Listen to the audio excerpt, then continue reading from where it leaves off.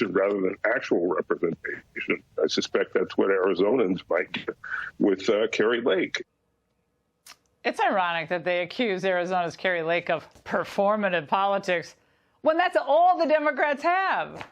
Like, Americans and Arizonans, they're tired of the left's empty promises, all these elitist policies, the woke identity politics. And so is Tulsi Gabbard, by the way. Last week, she announced she's leaving the Democrat Party. And tonight, she is endorsing Arizona's Republican gubernatorial candidate, Kari Lake, the former Democratic congresswoman and 2020 presidential contender, and newly declared independent Tulsi Gabbard joins us now live from an event for Kari Lake. Tulsi, tell me about tonight and what drove you to endorse Kari Lake tonight.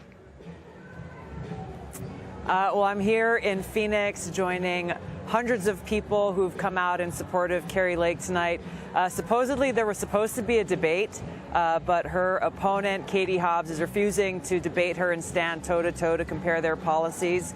And I think this is really indicative of the national problem that we're seeing with the current Democratic Party is rather than actually have a debate in the marketplace of ideas with the American people, where people can actually make an informed decision, they either refuse to be a part of the conversation or they throw out lies and smears and attacks seeking to undermine the credibility of anyone who dares to challenge their narrative. And this is the sort of thing that led me to leave the Democrat Party because in my experience and also the policies and actions we're seeing coming out of this administration and this so-called woke fanatical ideologues who are controlling the party is they're against free speech. They're against democracy. They're against freedom of religion. They're against the very principles of this country, our God-given rights enshrined in our Constitution. And meanwhile, they are pushing us further and further towards the brink of nuclear war that threatens the very existence of the American people and the world. There are so many things that we don't have time to get into in detail here, but ultimately it comes down to people in power who don't believe in and who are actively undermining the foundational principles of this country, and that is not something that I can be aligned with. Well, Katie Hobbs was on CNN, and this was a very telling moment from her. Watch. Kari Lake has made it clear time and time again that she's not interested in having substantive, in-depth conversations about the issues that matter to Arizonans. She only wants a scenario where she can control the dialogue. There is a lot more ability to have a conversation with you without her interruptions and shouting. She's only interested in creating a spectacle.